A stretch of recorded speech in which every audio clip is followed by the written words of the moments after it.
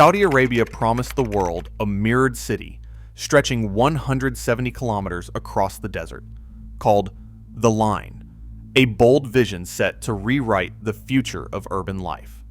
Today, insiders confirm that most of this project now stands silent, construction paused, and promises in limbo. What forced such an audacious megaproject to unravel almost overnight? The answers reveal a clash between ambition, engineering reality, and global image, and the consequences are only beginning to surface. In January 2021, Saudi Arabia's leaders unveiled a vision that stunned the world.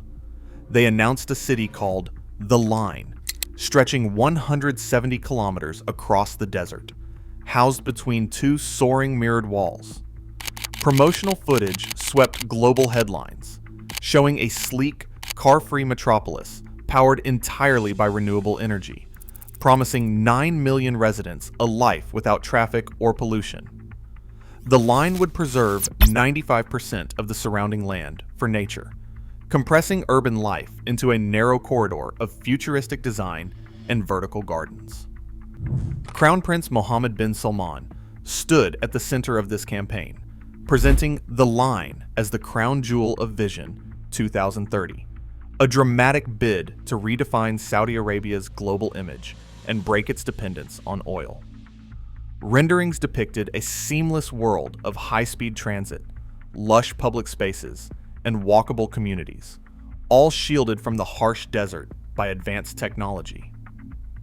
International media buzzed with comparisons to science fiction, while government spokespeople spoke of a new era for humanity. The message was clear.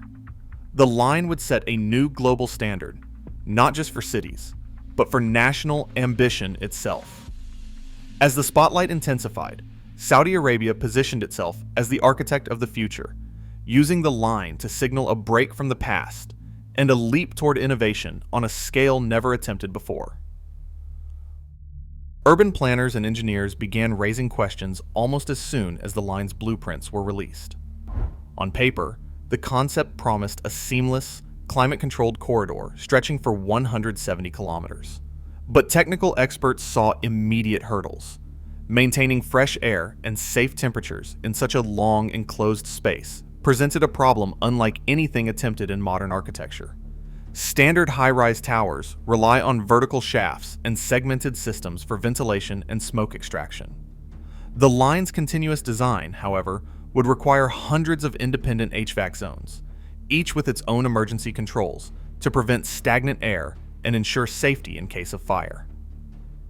Doubts surfaced early among specialists. Engineers pointed out that the city's mirrored walls, soaring nearly 500 meters, would be exposed to intense desert sun and dramatic temperature swings. Over such a vast distance, steel and concrete expand and contract, making it nearly impossible to keep a perfectly straight, aligned structure. Differential settlement in sandy soils threatened to create uneven foundations, while the need for movement joints and realignment would quietly undermine the original vision of an unbroken, flawless corridor.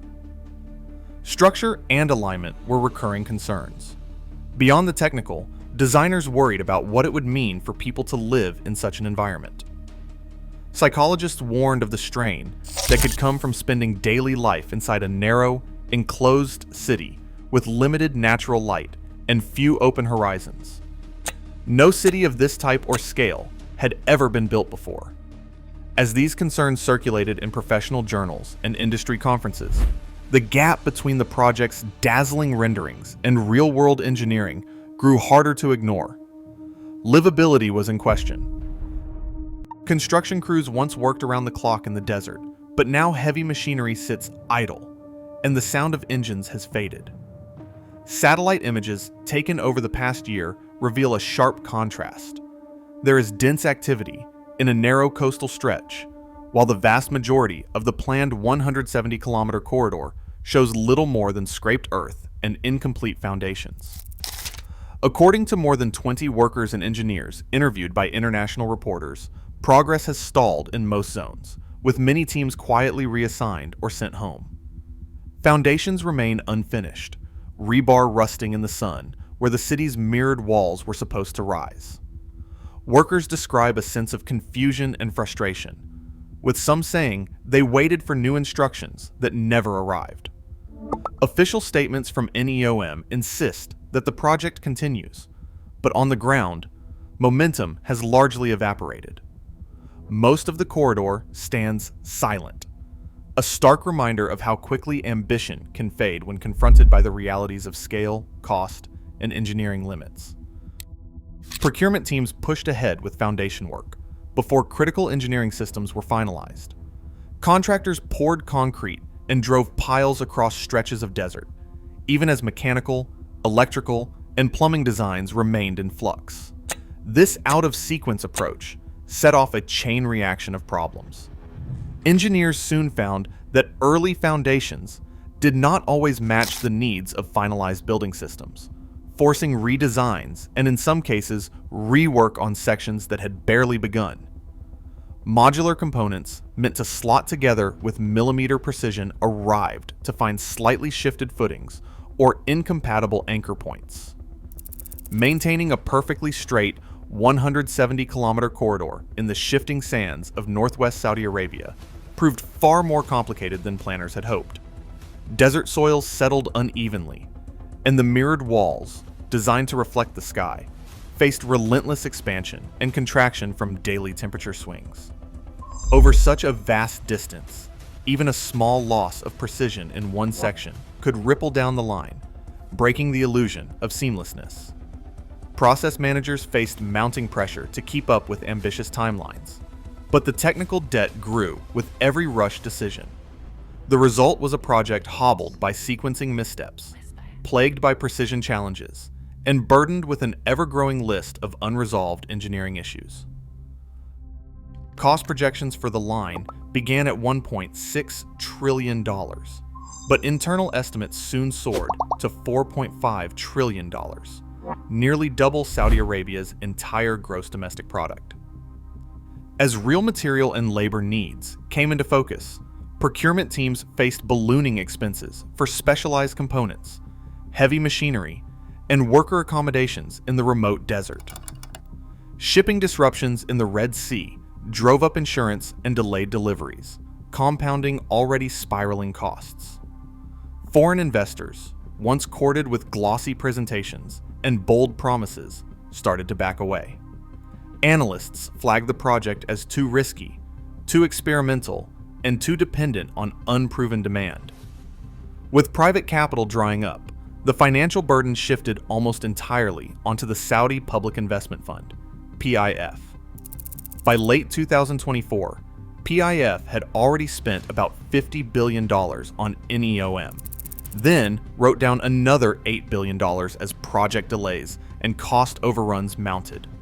Internal audits called earlier revenue projections overly optimistic, and consultants who once endorsed the business case came under scrutiny. The resulting squeeze forced officials to reconsider priorities, leaving large swaths of the line unfunded and progress frozen. Financial strain had become inseparable from the technical and logistical challenges, turning what began as a symbol of limitless ambition into a cautionary tale of unchecked spending and investor retreat. Families in the northwest deserts of Saudi Arabia watched as surveyors staked out the future path of the line. For the Huwaitat tribe, whose villages lay in the corridor, the arrival of construction crews brought eviction notices and a wave of fear. Rights groups estimate that several thousand residents have been forced to leave their ancestral homes, often under threat of arrest or with little clarity about compensation. In 2020, Abdulrahim al-Huwaidi, a local man, spoke out against the evictions. Days later, he was killed by security forces, his death becoming a symbol of the human costs hidden behind glossy project renderings. Meanwhile, scientists warn that the early phases of construction have already carved up fragile desert and coastal habitats. Satellite images reveal new roads and camps slicing through wadis and dunes, putting rare wildlife and coral-rich shores at risk. For those on the ground, the dream of a futuristic city has meant the loss of land, community, and a delicate ecosystem. Official spokespeople now describe the line's downsizing as a strategic review, not a defeat. Statements from NEOM leadership frame the pause as a chance to refine priorities and align with broader economic goals. Public messaging insists that the line, along with other NEOM projects, remains a national priority, with construction expected to resume after operational adjustments. Yet behind closed doors, architects and project managers acknowledge a different reality. Insiders increasingly doubt that the original vision, a seamless 170-kilometer city for millions, can ever be achieved. Instead, discussions focus on isolated segments, scaled-down modules, or repurposed infrastructure that might serve more modest aims. For some, the line now stands as a monument to ambition. For others, it is a cautionary tale about the limits of top-down transformation. The official narrative projects resilience, but internal conversations suggest a future shaped by compromise and uncertainty. Today, billions invested and communities uprooted echo an unresolved question. Can ambition outpace reality without lasting cost? As governments worldwide chase bold blueprints, the fate of the line reminds us, vision alone cannot override physics, finance, or human fallout. The true blueprint for tomorrow remains unwritten.